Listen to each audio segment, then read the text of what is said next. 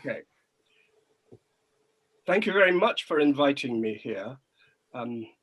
It's very heartening to see a group like this being so well organized with such a good list of activities. It's easy, particularly if you engage in the mainstream media, to be very depressed by the state of our country and the way in which we're engaged in what is unreal. So it's very good to see engaged in reality. I'd rather be in an in-presence meeting with you, but it is also a luxury to be able to speak to you from my home. Now, let me say, first of all, who I am and what I do. For many years, I was professor of ancient Greek at the University of Exeter. The ancient Israel-Judah, the Hebrew Bible, is not my specialism. However, I am at the moment collaborating with a professor of the Hebrew Bible in a project which is comparing ancient Greece and ancient Israel-Judah, particularly the social and historical conditions for the emergence of monotheism in those two cultures.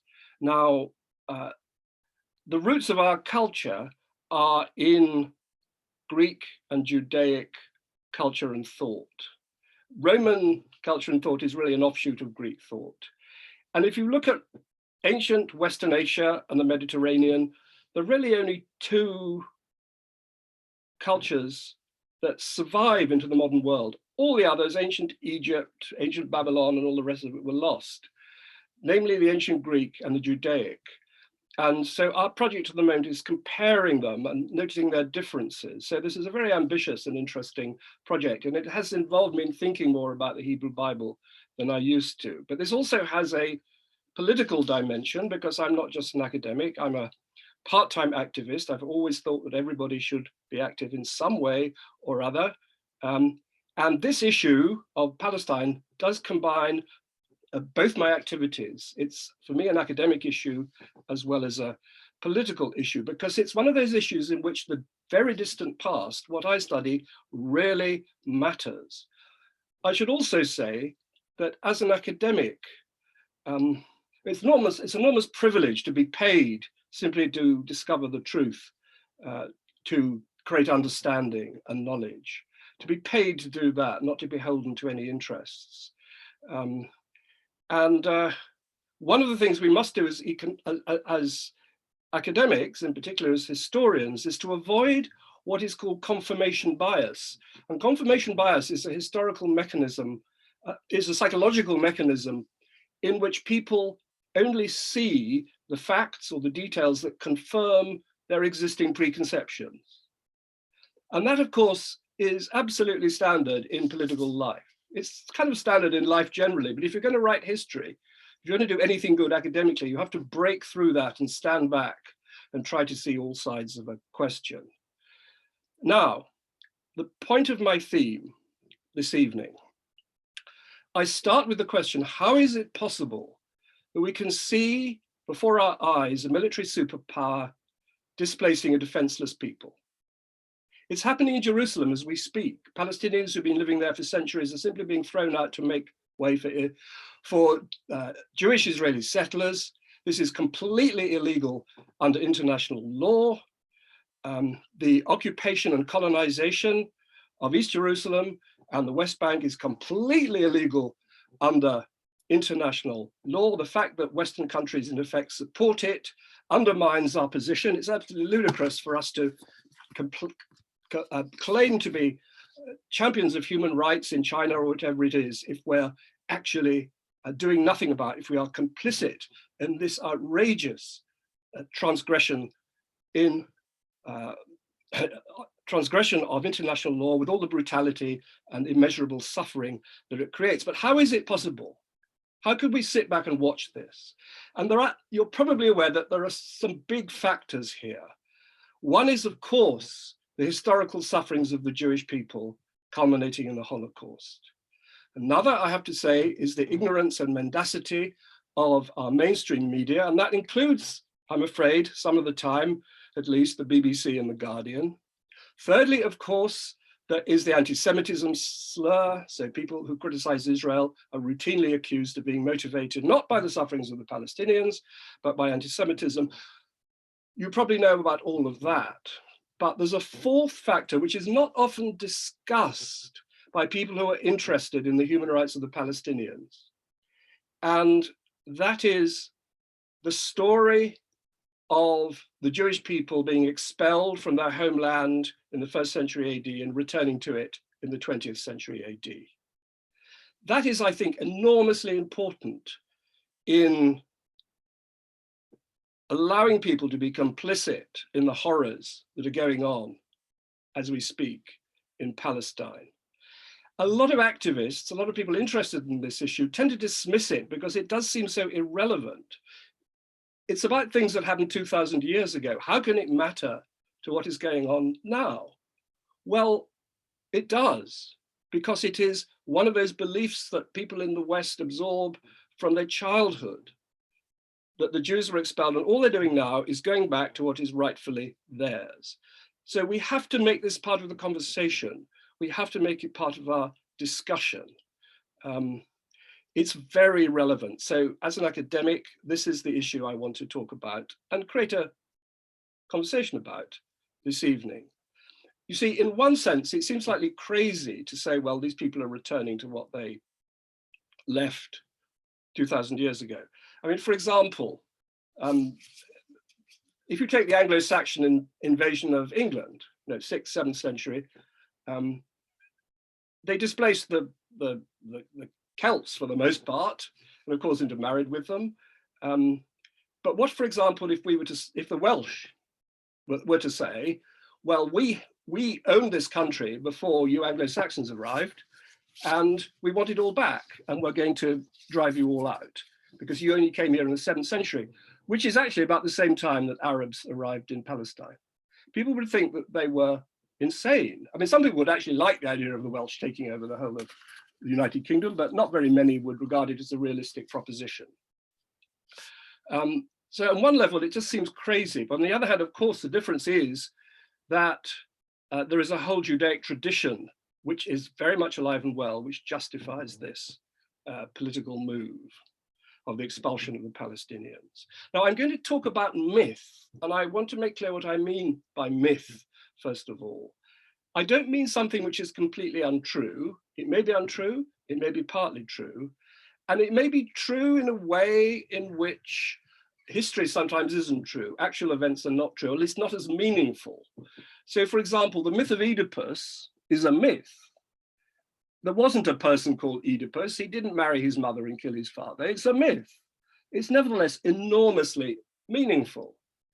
Some people would say, Freudian psychoanalysts would say, it is the most meaningful discourse imaginable about our predicament as human beings.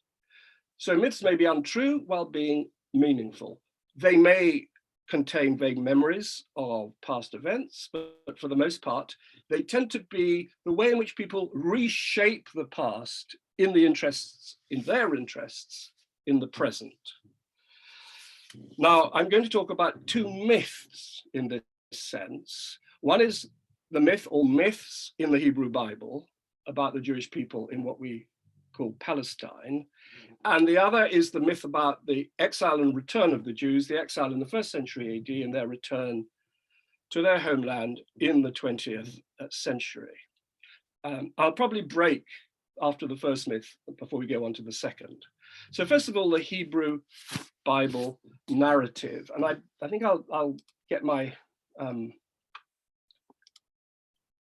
my PowerPoint out now. Can you see it? Yes, Richard. Sorry, there was the only reason for no yeses was because everyone is muted. Right. Okay. I'll continue then. Okay. That is a map of the modern state of Israel, and I'm going to go straight on to the next slide, which is this one, which is a very simple timeline. Now, first of all, let me say that, of course, there are a lot of sensitivities around the Hebrew Bible. There are three kinds of believers in the narrative of the Hebrew Bible. Two of them religious, one of them secular. There are religious believers in the Hebrew Bible, whether they're Christians or Jews, who believe in the literal truth of the Hebrew Bible. I mean, they're a dwindling group of Christians, but there is that group of people. And then there is a large group of Christians who don't believe in the literal truth of the Hebrew Bible, but take it very seriously and would regard it as mythical, but nevertheless mythical in the sense which I described earlier, mythical but full of meaning, as really saying something to us. So that's the second group of people. Then there's a third group of people who are not religious, who know the Hebrew Bible, don't take it to be the word of God, but do take it to embody some kind of historical truth. So they would say, well, what you have to do with the Hebrew Bible, you just have to cut away the bits that are obviously mythical, like Adam and Eve, or you say, well, there wasn't somebody called Jonah who lived 3 days in the belly of the whale, but nevertheless, these stories are full of meaning and they're alive for us and we should take them seriously. So there are those three kinds of believers, and almost all of them, nevertheless, unless they're professional historians or archaeologists, believe that the historical narrative of the Hebrew Bible is sort of true. You take the frills away, there is a real historical core in there. Unfortunately, that is simply not the case. And no serious scholar of the Hebrew Bible believes that to be the case. They might have believed it 150 years ago, but nobody believes that now. And look at my timeline. My timeline, there's a line in the timeline, and the line marks the point at which the Hebrew Bible begins to be recorded in writing, roughly speaking, right? We don't know the details of this, but what we do know is that the very early events in the Hebrew Bible, like the return of the Jews from Egypt to the Promised Land, their conquest of the Promised Land, all the patriarchal stuff, Moses, Joshua, and so on, all the way from Adam and Eve to the setting up of the kingdoms of Israel and Judah, all that is supposed to have taken place in a period in the mythical past, centuries before writing, or at least Hebrew writing, was available to record it, right? So the crucial thing there is right at the bottom. It may be after about 536 BCE, when the Jewish exiles returned from Babylon, that the Hebrew Bible, as we know it, is first written down. So it's recording events which people imagine to have taken place 1,500 years earlier even. So just to give an example of this, King David, a lot of scholars will say, well, there's no evidence that King David existed. And even if he did exist, we can't really know anything about him because it's all mythical. Again, the Exodus from Egypt, there's no evidence that that occurred. There are reasons why the Jews may have invented the story, but there's absolutely no evidence that such a thing ever occurred. It looks very much like a myth, and so on and so forth. And one of the reasons for people being able to come to these conclusions is archaeology. Because in the 19th century, with great excitement, European scholars started digging up what they call the Holy Land. And the first motive for doing so was to confirm the truth of the Bible. Now, of course, in the 20th century, that was not the primary aim of archaeologists. They became like archaeologists anywhere else. They were interested in understanding what happened in the past, and in doing so, they used not just archaeology, but such texts as were available, as well as linguistics or comparative anthropology and so on. They, on the whole, took a view of the Hebrew Bible, which is pretty much the one that I've just given you, that you have this interesting, very interesting mythical narrative, but obviously it can't be taken as historical. So that's where we are then with the state of play. I mean, there will be some archaeologists and historians who have an agenda, a Zionist agenda or a nationalist agenda or a religious agenda, who are predisposed to believe the narrative of the Hebrew Bible.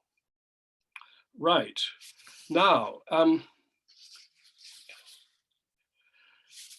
There's a comparison here with the things I know more about, which is ancient Greece. Take Homer, for example. Take the story of the Trojan War, Helen of Troy, and all the rest of it. It used to be believed that that was historical.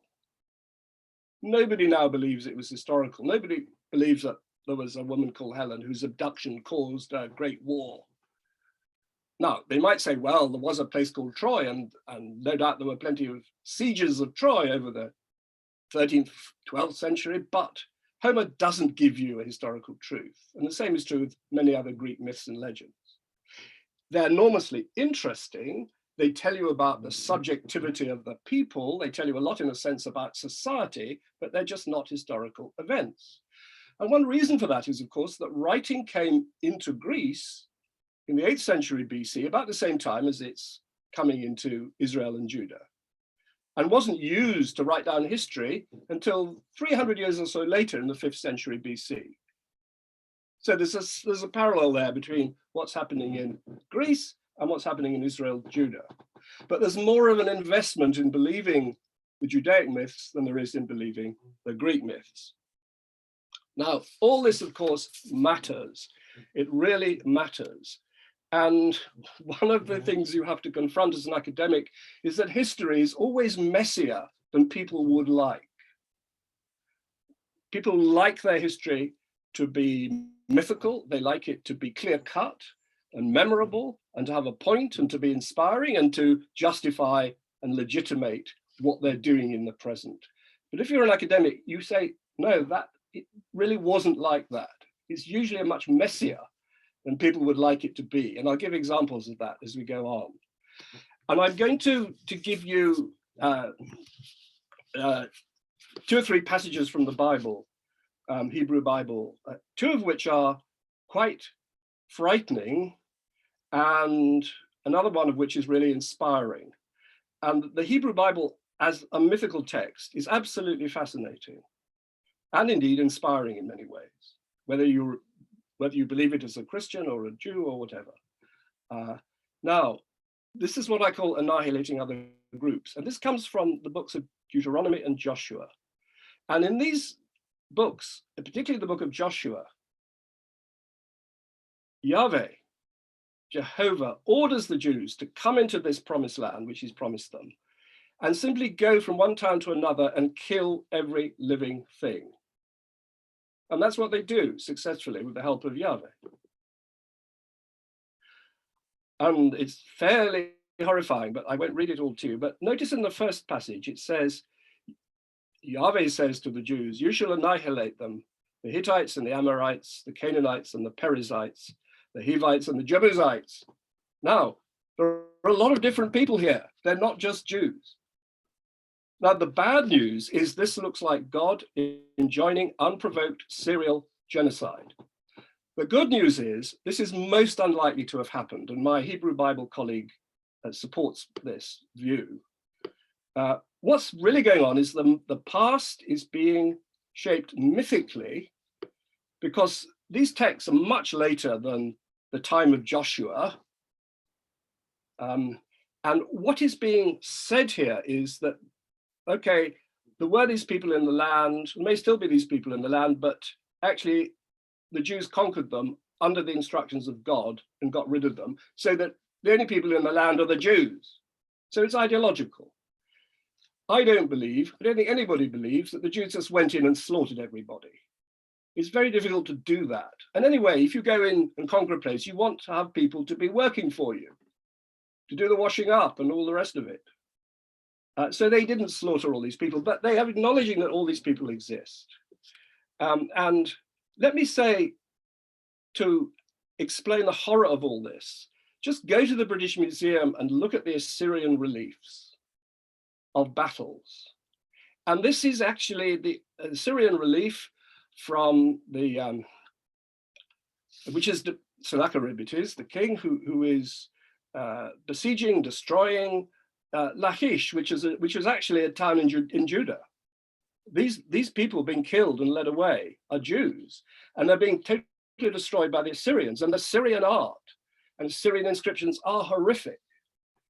The Assyrian king goes in and kills everybody. So it's not just the Jews who are doing this, they're having it done to them.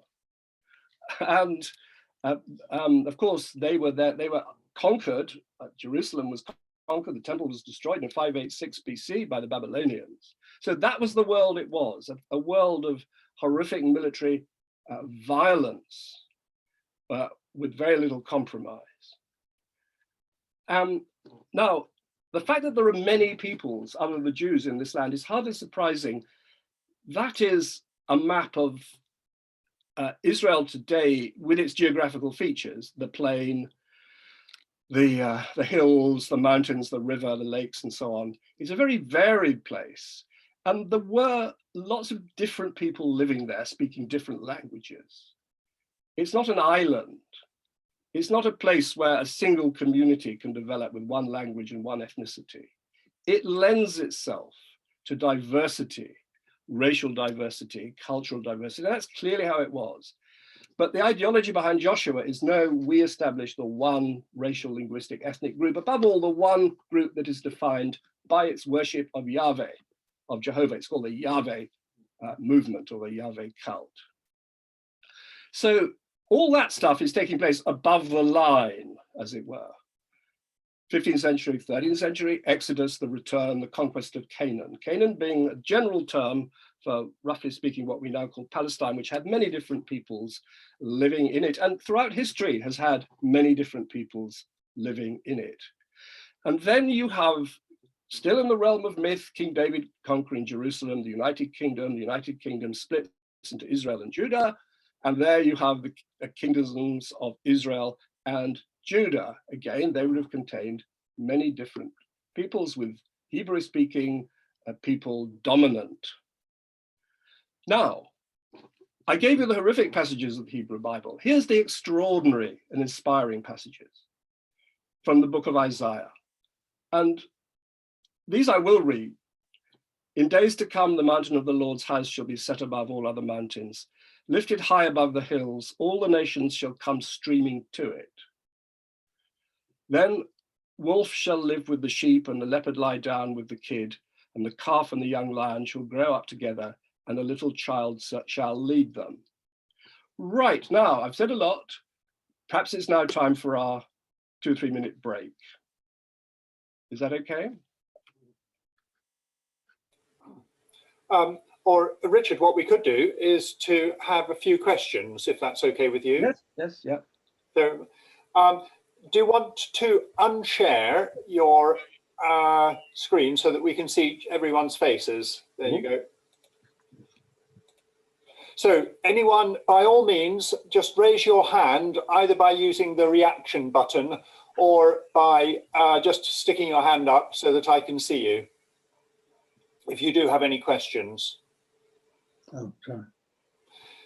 Richard, could I just ask, I mean, we've heard of the Torah, for example. I think that's the first, is it the first 6 books of the Hebrew Bible? Could you just explain the structure of the Hebrew Bible? Sorry, could you say, what was the question?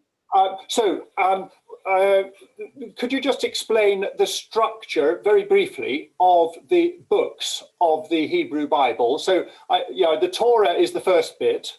What comes next? Well, you have Genesis and Exodus, don't you, as the next book?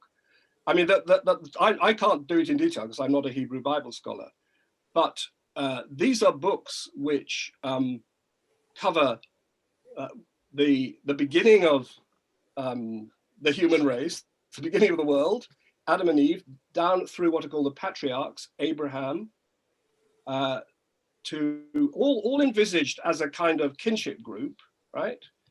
Through the exile of the Jews to Egypt, then the return of the Jews under Moses, whose successor is Joshua, who then leads the conquest of the promised land, conquest of Canaan, and is succeeded by kings, right? And the most famous kings are Solomon and David. There is then a united kingdom, then splits into 2 kingdoms, and the northern kingdom is Israel, which is conquered by the Assyrians in about 720 BC. The southern kingdom is Judah, which then becomes the creative center of Judaic culture and of the Hebrew Bible, and that's conquered by the Babylonians in 586 BC, and then the Hebrew Bible starts being written down. So you're moving from the very early myths about the Garden of Eden through the patriarchs, Abraham is a crucial figure, through to the same family, as it were, in later generations exiled with the people, with the Jewish people to Egypt, the return from Egypt, the Ten Commandments given by Moses, and the conquest of Canaan, together with a lot about law. I mean, Leviticus is really a book about law. The idea being we shall only conquer the land, we shall only make a success of the promised land that God is giving us if we obey the law. So in these, unlike the early Greek myths, in these texts, the law is enormously important, not just the Ten Commandments, but all the laws set out in Leviticus and Deuteronomy, but they're part and parcel of the narrative, because it's only by obeying the laws that the Jewish people will be successful in their conquest of Canaan. So an approximation is just the Old Testament? Well, the Old Testament, there's an awful lot more to the Old Testament. I think the Torah is often said to be the first 5 books of the Old Testament. I think it's sometimes used in a broader sense to mean much more than that. But the first 5 books are the really important ones. I mean, it goes on, these Hebrew texts, the Psalms and much later texts and so on, which I think the date of the latest book in at least the Christian Old Testament, that is to say the Old Testament which was canonized by the Christian church, is probably as late as Maccabees, and Maccabees is, well, I think the 2nd or 1st century BC, so that's pretty late. I think that's the latest book. Thank you. Thank you. Any other questions, or are you ready just to take a 2-minute leg stretch and a break? Mm. Yeah. Great. Okay. See you in 2 minutes then. Okay. Yep. Thanks. Thank you. I can't to the heating. Yeah. So what have we learnt so far?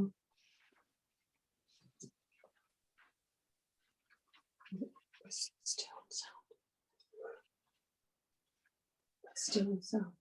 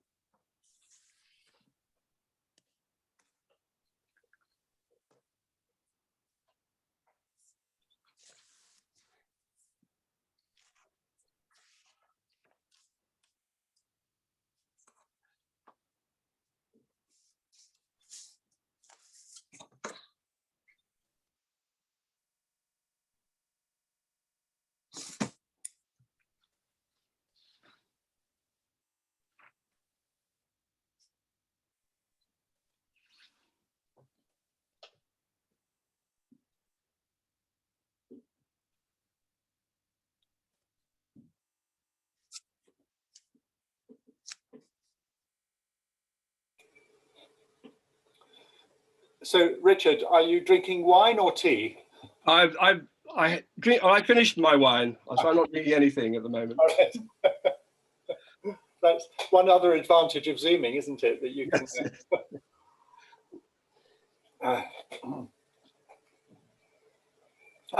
There is one message in the chat. I don't know if you saw it, from Evelyn. So this was in response to. Are you looking at it, Richard? Yes, yes. While we're waiting for everyone to come back, you may just want to kind of chat about it. Evelyn, are you back? Hi, yeah. Hi. Yeah, I'm just saying. I mean, I'm an archaeologist, academic and practicing, and well, my first degree is actually in classics, and it was a long time ago now when I was an undergraduate. But you know, my specialism was Homeric tradition. I don't know if you know Rosalind Thomas, but she was the one who was teaching me at the time, and in my professional practice, I've referred back to her work sometimes because it's consistent with what I see in other cultures. Her idea of written oral tradition and written record and so on. And yeah, I'm just saying that you know, citing dates isn't really relevant because, of course, there was a long oral tradition followed by eventually things being written down. And that's common. It's what you see in the Bible. They're referring to Iron Age things, but it was written down much later. And it's the same with Homer, referring back to Bronze Age things, but written down much later. But that doesn't mean that those things never happened. Like there was never a war in Troy and so on and so on. And, you know, that's long established. And so I don't really see how the argument follows through that texts are later than the events, because obviously the texts are relating oral traditions from many years before. And so to give the example of the Welsh, like you said, I mean, the Welsh do have a homeland as it happens, Wales. But if this was a scenario, say the Welsh had been expelled when the Anglo-Saxons invaded in the 5th century, and say they had been dispersed across a different continent, so Western Asia, and then they were subject to a genocide episode, would you not want the Welsh to come back? Would you say to them, you know, bad luck, you were chucked out in Anglo-Saxon times and that's all England now? Well, I'll take the 2 points successively. The first point is about archaeology and text and so on. Of course, you're absolutely right to say that there would have been a Trojan War. In fact, we know there was a Trojan War because the archaeologists can tell us that. They look at Troy and they see that there are arrowheads and so on in Troy, and there were great walls, so there was bound to have been wars at Troy.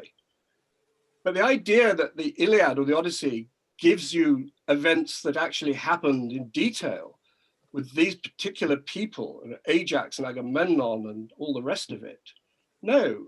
It's in the. Of course, there was a war. Of course, there were ships. There were soldiers. The very basic stuff was bound to have occurred. But if you say, well, was there a man called Odysseus who sailed on this route and was stranded here and there and then went back and killed the suitors? The answer is, of course not. It's a myth. Yeah, but that's the nature of oral tradition. Yes. It's embellished, yes, but that doesn't mean it's not. The basic fact isn't. Well, it depends on what you call the basic fact. If you say the basic fact is that there was warfare, then yes, I agree with you. If you say the basic fact is there was this man called Odysseus or Helen was abducted to Troy, no, I don't agree with you. And nobody. No, that's the nature of oral tradition. No, I don't think we disagree. Of course, these things say. Of course, there was warfare, and not only that, it's very likely that the Greeks went and besieged Troy. We don't even know that, but it's rather likely, isn't it? But you can't read. You know that anyway from the archaeology. You don't read Homer to find out what happened, any more than you would read the Hebrew Bible to find out what happened. Yeah, but I don't. Okay, fine. Well, I think we agree. But I admit they were Jewish. What? I admit that Judaism is an indigenous language of the region, and that there Yes, were yes, Jewish yes. empires. As for the idea of the Welsh being dispersed and subject to genocide and so on, well, I'm actually rather sympathetic to the idea of a Jewish homeland. I think the Welsh should be given, in those circumstances, I would be very sympathetic to the idea that the Welsh should have their homeland. What I wouldn't be sympathetic to is the idea that they should not only be given a homeland by the United Nations, for example, which the Israelis were given, but that rather than being content with what they're being given by the United Nations, they conquered all the rest of it and subjected to half the population in the area to being second or third class citizens and driving out the rest of them, right? So I'm not hostile to the idea of a Jewish homeland. What I am hostile to is a situation where one ethnicity, which is about half the people now, with all the immigration, is about half the people living between Jordan and the Mediterranean, is completely in control of the situation, and most of the Palestinians are second-class citizens, or worse, far worse than being second-class citizens. Yeah, but not as all Israelis want that. That's not the issue of whether you should have a Jewish homeland or not. If you have a Jewish homeland, if they were still within the area that they've been given by the United Nations, that would be absolutely great. We'd all be happy. Okay, so you're in favor of the 1967 borders being restored and a two-state solution? I think that's the only, if you are going to get a settlement, you have to talk about the 1967 borders, yes. Okay, well, that's great. I heard. Sorry? The Prime Minister who's forming the government now that Netanyahu has failed is from a centrist secular party that is in favor of the two-state solution and the return to the 1967 borders. I'm so that's afraid good. that my study of this matter over many years has made it absolutely clear to me that there isn't the faintest possibility of a two-state solution, not the faintest, unless there is very significant pressure from the West on Israel. Not the faintest. It's just a charade. How can you have a two-state solution when Israel continues to put more and more settlers on the land that's supposed to be the Palestinian state? It's ridiculous. The idea is ridiculous. It is inconceivable. Forget the two-state solution, or rather, by all means talk about the two-state solution, but you're only going to get a two-state solution if you pressure this military superpower to grant one. If there's no pressure on them, they're just going to put more and more settlements in the land, which is supposed to be the state of the Palestinians. Okay, well, anyway, it was announced today that the party that's been tasked with forming the coalition now is in favor of stopping the settlements and so on. All that is meaningless. It is absolutely meaningless and an insult to the intelligence to suppose that the Israeli government is in favor of it. It's anywhere near being in favor of a two-state solution. It's all a charade and a deception. Richard and Evelyn, thank you very much indeed for both of your contributions there. You're now allowed to return to your actual subject, Richard, the presentation. Okay, good. Thank you very much. Well, we've dealt with what I call the first myth, which is very important. The first myth being, first of all, that God gave this land to the Jews, and secondly, the Jews were the only people living in it. And we know just from reading the Bible that a whole number of other people living in it, you know, Amalekites and Philistines and so on, you can make a whole list of them. So the Jews weren't the only people living it, and God didn't give the land to the Jews alone. But these myths really matter. I mean, a survey has shown that, well, 55% of Jewish Israelis believe in the literal truth of the Hebrew Bible. 68% of them believe that the Jews are the chosen people. The Hebrew Bible is central, including particularly Joshua, apparently, is central to the Israeli educational system, as you would expect. I mean, this is their culture. But you also have, of course, along with Joshua, you also have the wonderful text Isaiah. But let me now move on to the and I would say really that this paradox in the Hebrew Bible between, on the one hand, the sort of cruel introverted nationalism of Joshua and the wonderful pacifism and universalism of Isaiah is an extraordinary thing. We're faced not so much with a choice between Israelis and Palestinians as a choice between nationalism and universalism. I really believe in almost every issue, that is what humanity is now faced with. Now, the second myth is the myth that the Jewish people are simply returning to where they were kicked out of in 70 AD when the Romans destroyed Jerusalem. The Jewish race was exiled from their homeland and then in the 20th century returned to it. Now, this too is very widely believed. It's absolutely central to the whole notion of Zionism. But once again, it is, of course, a myth in the sense that I was describing before. And it really matters because only if you're Jewish can you be a full citizen of the Jewish state. We have recent laws making that absolutely clear, and the Jewish state is entitled to expand to at least the Jordan River. Now,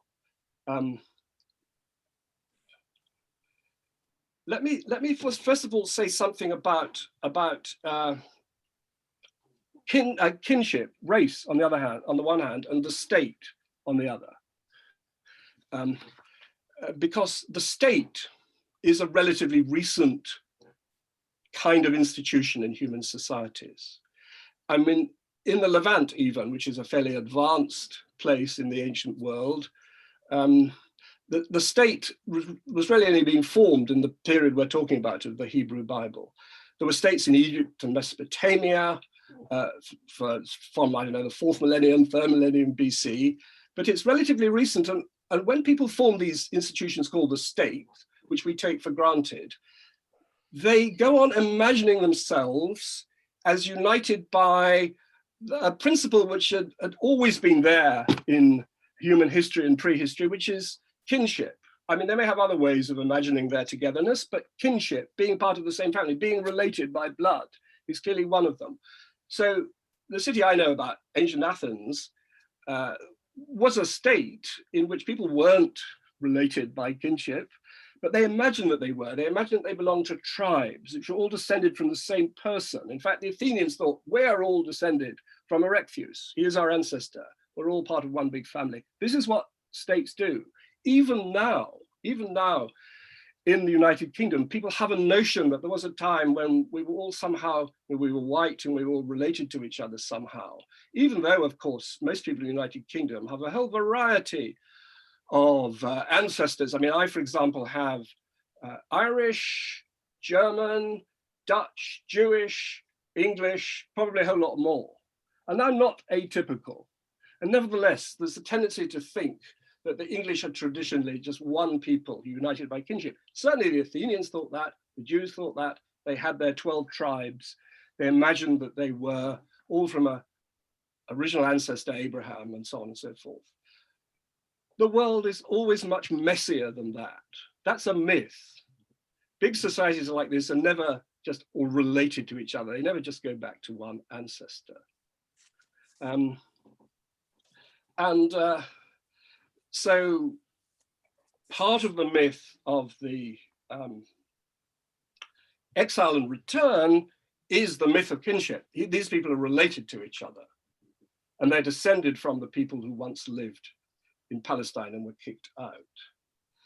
Now, this kicking out of the Jews was supposed to have happened in 70 AD, when they rebelled against the Roman Empire. The Romans destroyed the temple. They were exiled. Of course, many of them were exiled. Certainly, huge numbers of them stayed because that's just the nature of things. Not everybody goes in those circumstances. There was another Jewish revolt about 60 years later.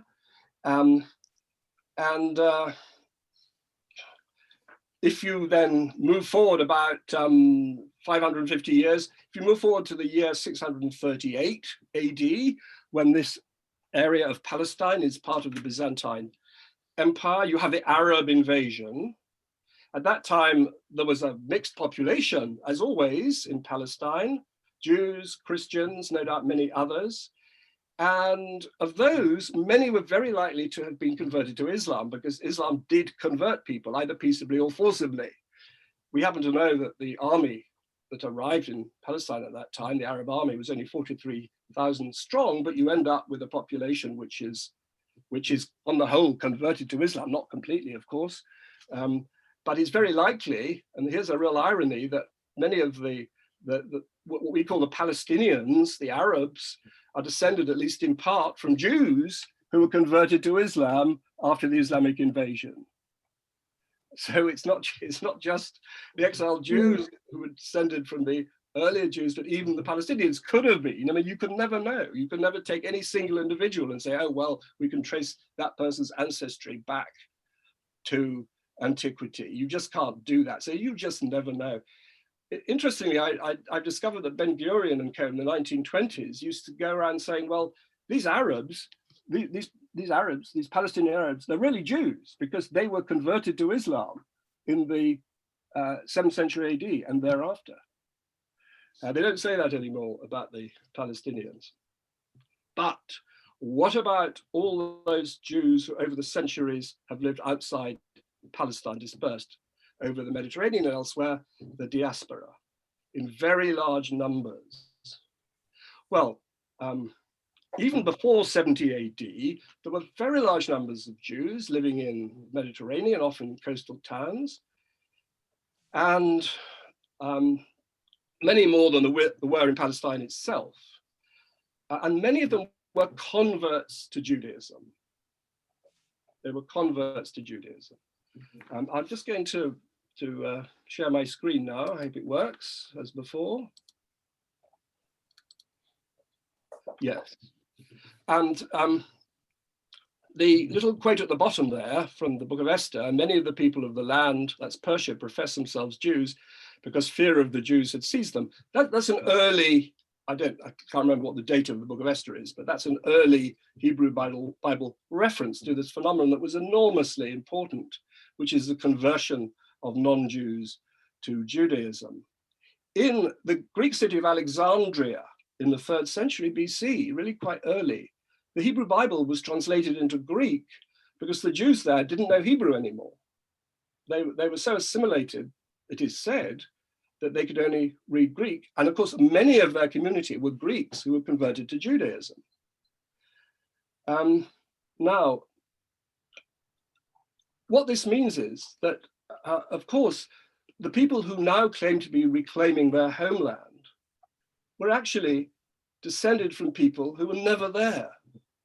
They were converted. We know of mass conversions to Judaism, of the Berbers in antiquity, of the Khazar kingdom in the early medieval period. Masses of non-Jews converted to Judaism. This isn't widely known because it punctures the myth that the settlers who come in from Chicago or whatever it is are descended from people who were originally possessors of the land of Palestine. It is a myth.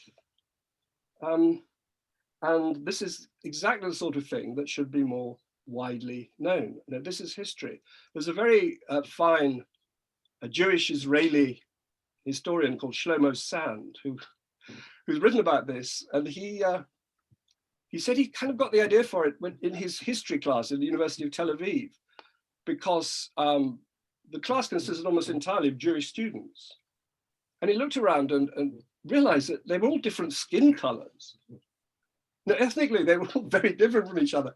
There was a black one, a black Jew from Africa, from the Jewish community in Africa. And he realized this notion of race being what defines the Jews, of ethnicity being the marker of Judaism, is a myth. It's a culture to which people can be converted. But at the same time, it's a culture still imagining itself to be a race. And of course, there is now enormous political incentive for these people to imagine themselves as a race.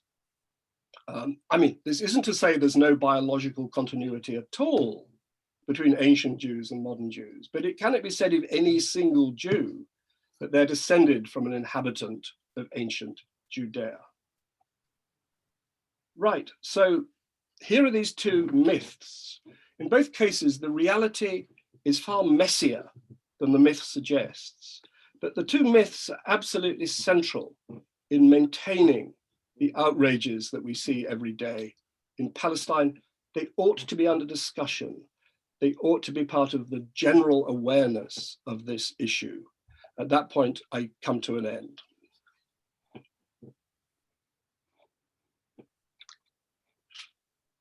Thank you, Richard. Do you want to unshare your screen again, and then we Yes. can? Yes.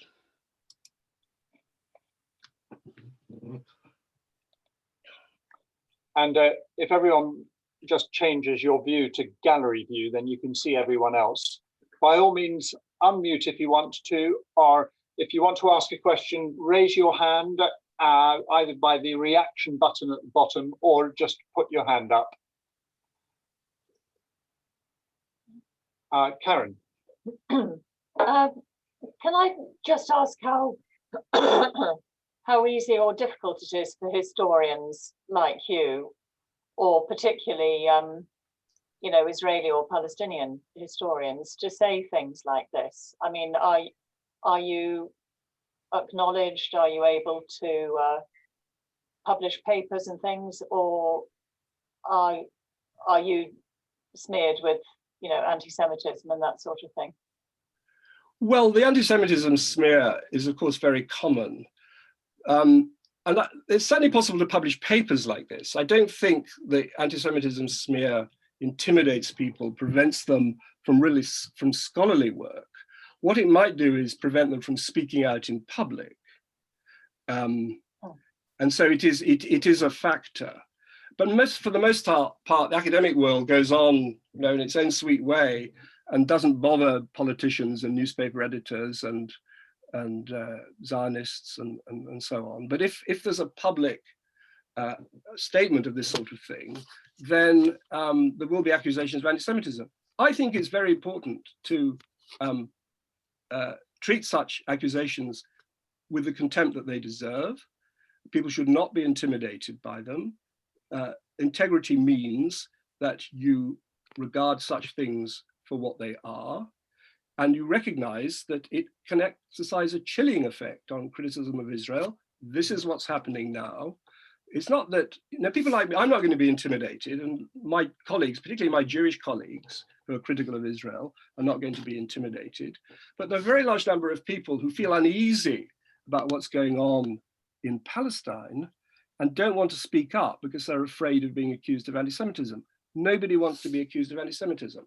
I mean, there are even now, some academics in the University of Warwick, for example, and elsewhere, who are being accused of anti-Semitism because of their criticism of Israel.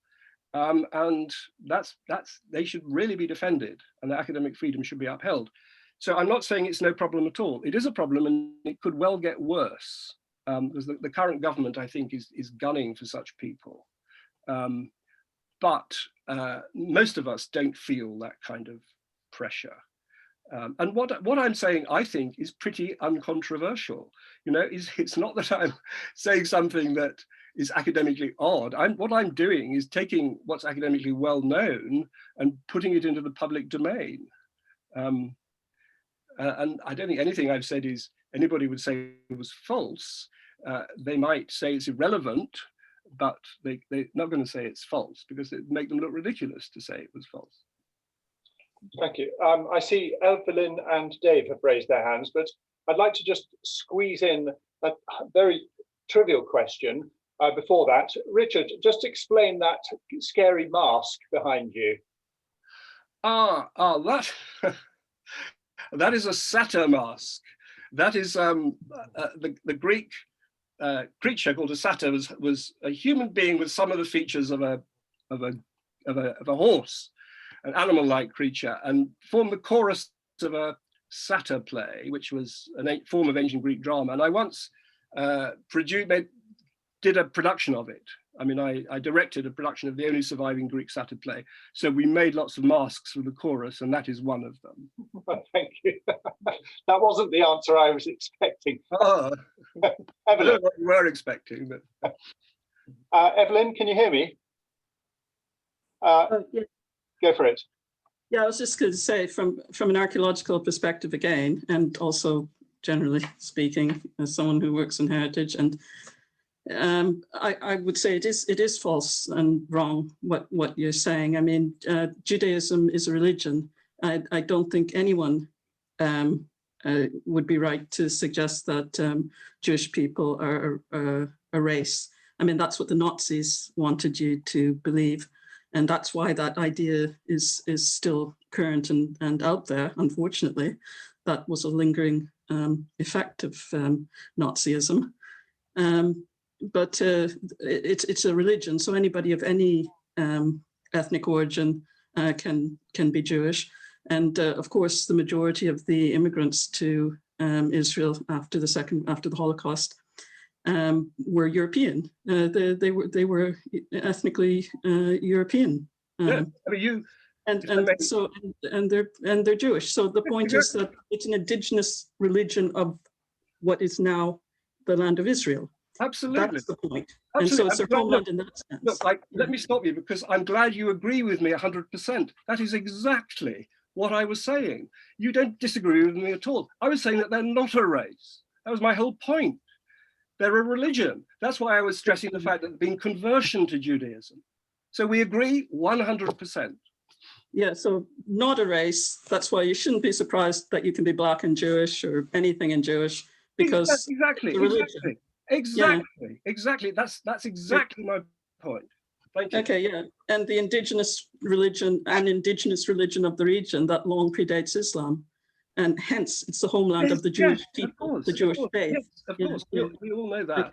Yes, absolutely. Thank you. I mean, I think that's, it's crucial that we both agree on that point, that it isn't a race. That's exactly what I was saying. And archaeologists don't recognize the concept of race. Incident, and of course, nobody recognizes the concept of race since the 1967 UNESCO statement on race, on racism and racial prejudice. Thank you. That's a very important point, which strengthens and supplements what I'm saying. But There's the notion of race is nevertheless in politicking very often there, both in the ancient world and in the modern world, unfortunately.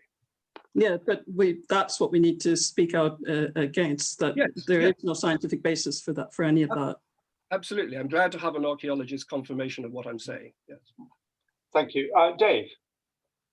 Yeah, I think between the two of you, you've probably answered my question. I was going to say, first of all, thank you, Richard, for a fascinating talk. I've really enjoyed that.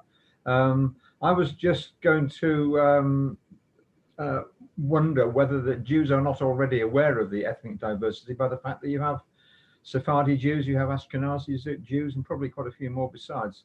But I think between the two of you, you've answered that question. Yes. Thank you. Other raised hands? Anyone else want to contribute? John? I'm always a bit nervous about the political groups in our parliament who seem to be sort of somewhat above, under the radar about the Jewish Friends of Israel, or the British Friends of Israel, and the British Friends of Palestine similarly in a way. Yes. I mean, I sometimes despair of the British political establishment, and Parliament in particular. I mean, there are some good, from my point of view, some MPs are quite good on this issue. But it's what you call groupthink. It is just inappropriate. I mean, we've had, in my lifetime, not a single senior politician. Here we have this slow motion ethnic cleansing going on in Palestine, in outrageous violation of international law. So far as I know, not a single English politician, it probably extends to British politicians, not a single English politician in my memory has ever mentioned this, has ever condemned it. It is utterly bizarre. The only one to do so was Robin Cook, senior Labour politician, who was roundly chastised for doing so and made to promise he'd never do it again.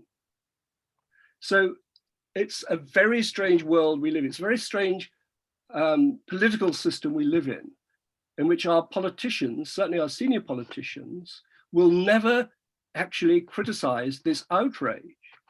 It's called groupthink.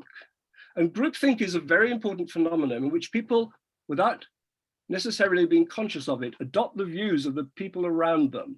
And it's particularly poisonous and prevalent where there are powerful groups like Parliament or political parties and so on. And most of the people I consort with have rather similar views to mine on Palestine. A lot of them are academics, a lot of them are Jewish academics. And we just find it bizarre that there's this other group of people who don't seem to be thinking about it at all. So there's a really deep sense of alienation that we have from the political system. So I mean, there's almost no criticism too strong for these people, in my view. Richard, there's a chat message from Dave, which I will just read out. Or here we go. So there was a Lib Dem lady. Go ahead. There was a Lib Dem lady who accused Israel of apartheid a few years ago and was forced to resign. I forget her name. Yes, there was that. She was in the House of Lords, actually. Lady Jenny Tong, I think you're thinking of. Yeah, so she had to go.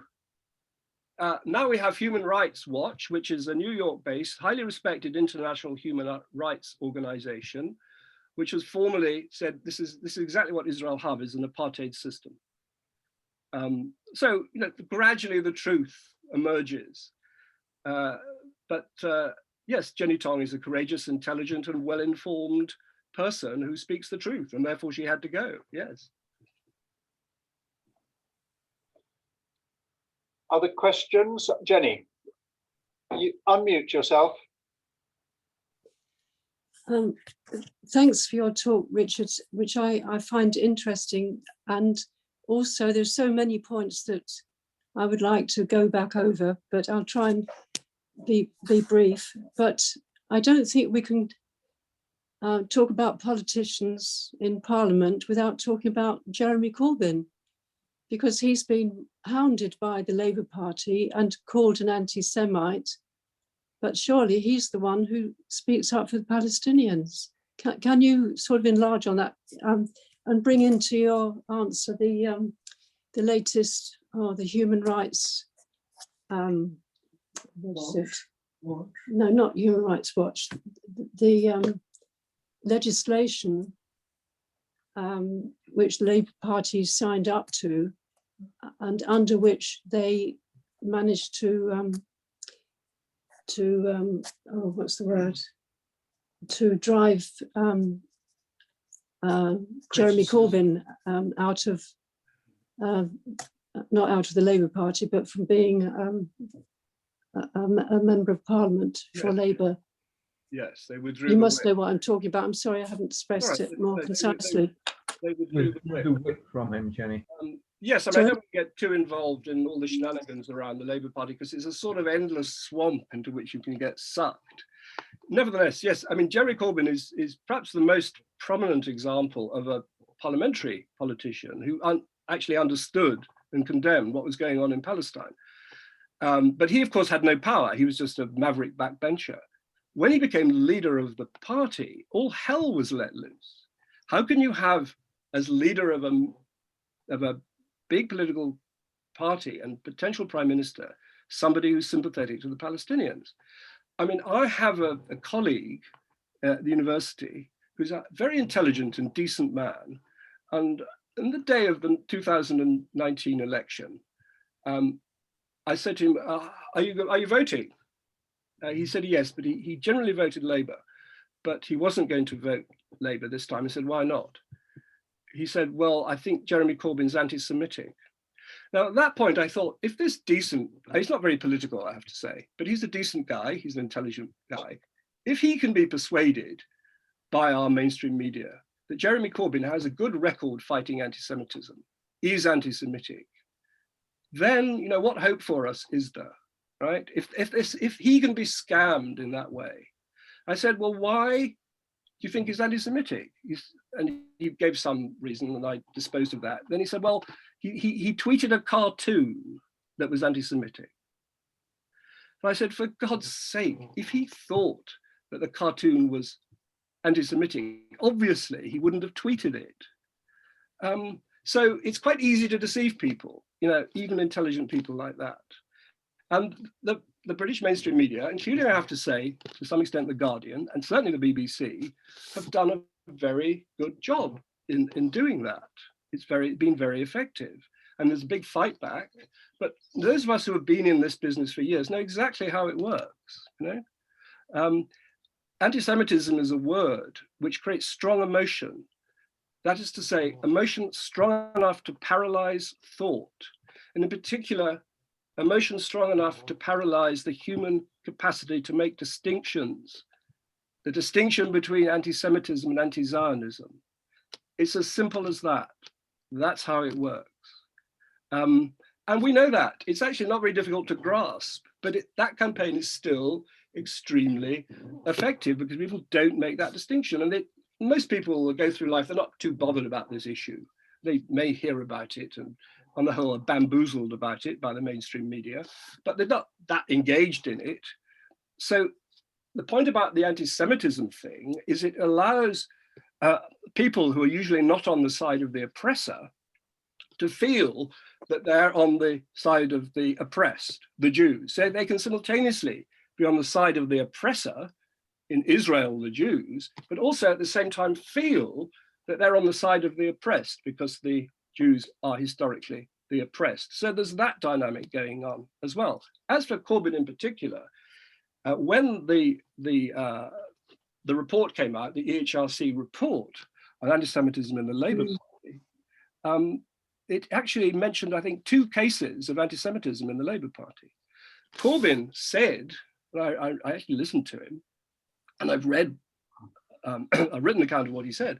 He said that he accepted the report, which was fine, but he thought overall the accusations of anti-Semitism of the Labour Party had been exaggerated.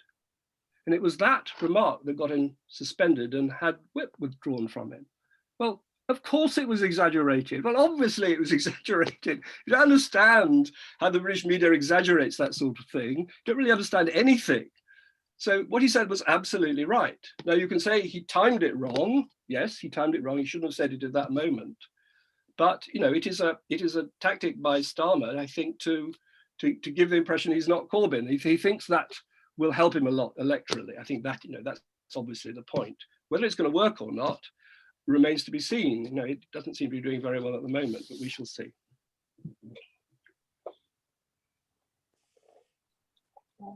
But I mean, obviously, you may be interested in other aspects of it. There's obviously a lot more that can be said about that. Thank you. Karen.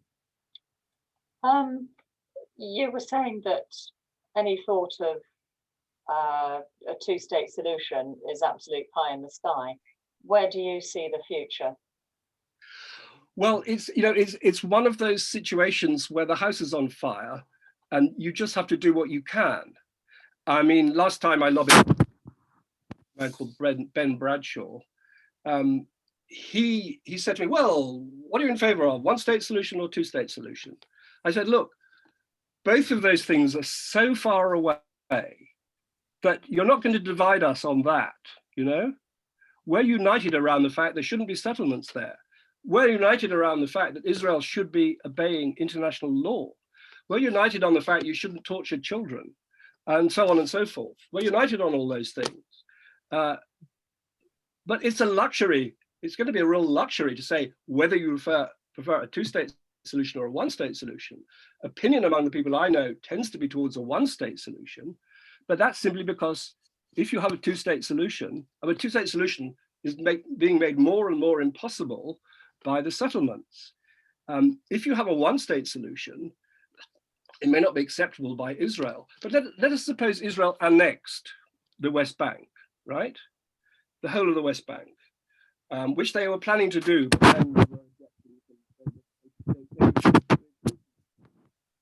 That is the desire of a lot of powerful Israelis, and Netanyahu seems pretty well disposed towards it as well. But if, let's say, they annex the whole of the West Bank, well, then you would have a system of, you'd have 1 state, wouldn't you? Because it would be annexed. So that may happen.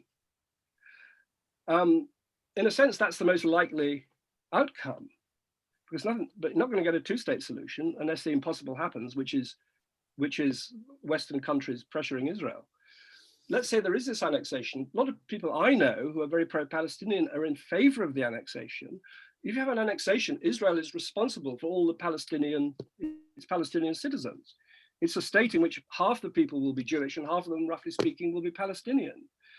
In order to maintain Israeli control, you'd have the most rigid set of apartheid rules, which will make South Africa look positively benign. I mean, it's like that already in a sense.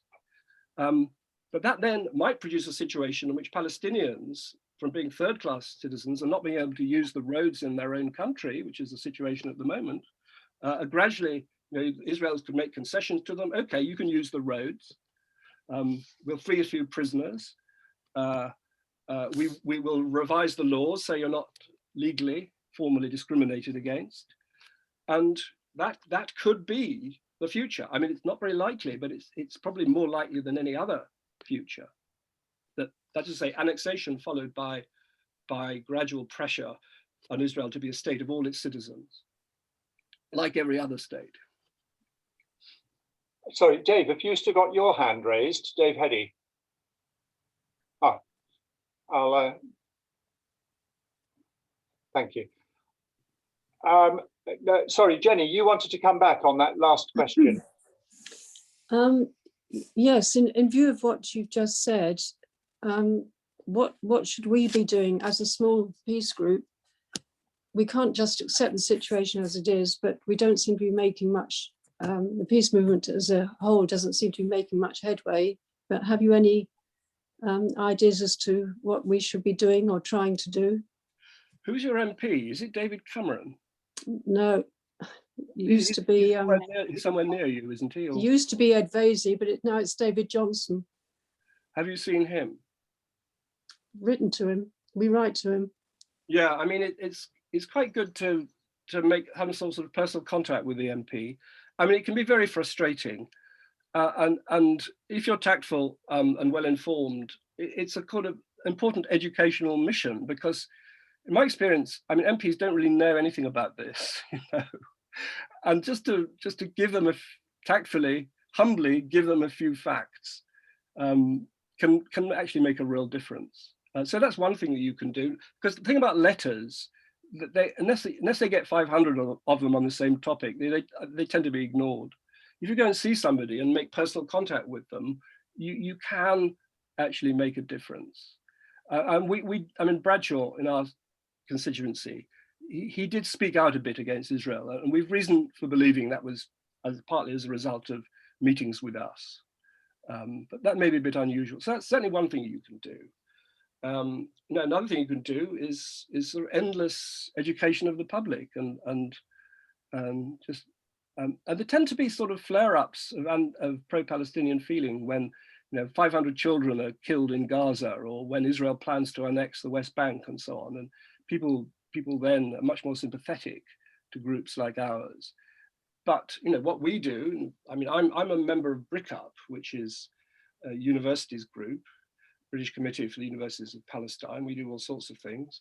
I'm also a member of the local group. We do things locally. We have a stall, we sell literature, we pass out leaflets, we offer speakers and so on and so forth. So, it's the usual thing. This isn't something that's going to change anytime soon. I don't expect to see substantial progress in my lifetime, but it's something I have no choice but to be active on. Thank you. Richard, I didn't say at the beginning, but we always let our speaker escape at 9 o'clock. We feel that it's kind of abusing you if we actually keep it going beyond that. So, Pete, you raised your hand. We have just got a couple of minutes for our final couple of questions, perhaps. Pete. There is the Women in Black that is regularly carried out in Faringdon, silent protest or silent education, because at the same time leaflets are handed out trying to explain, for example, the walls going around Bethlehem and things like that in Jerusalem. So we do something now. Everybody could say you could do some more.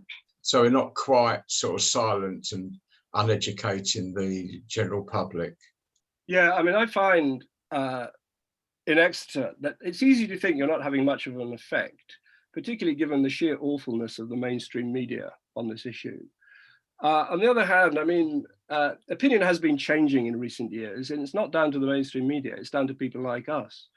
I also find that in a local group, you can meet a lot of good and interesting people.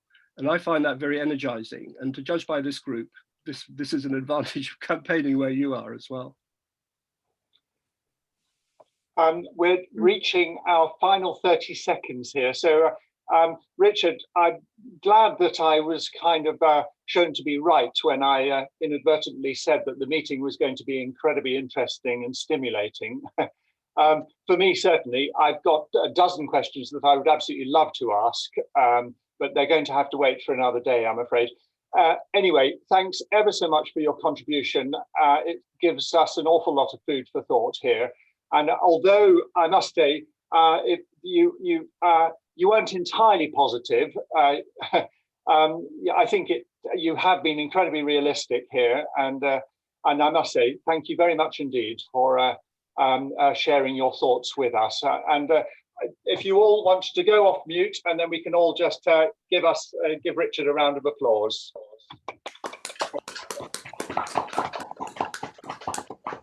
Thank you very much. It's been a real pleasure. I really enjoyed the discussion and meeting you, and good luck with your campaigning. It really makes a difference. So thank you very much. Thank you, everyone. Thanks. Okay, bye. End of meeting. Bye. Thank you. Bye. Bye. Bye all. Bye. Bye. Bye. Yes. Oh, great.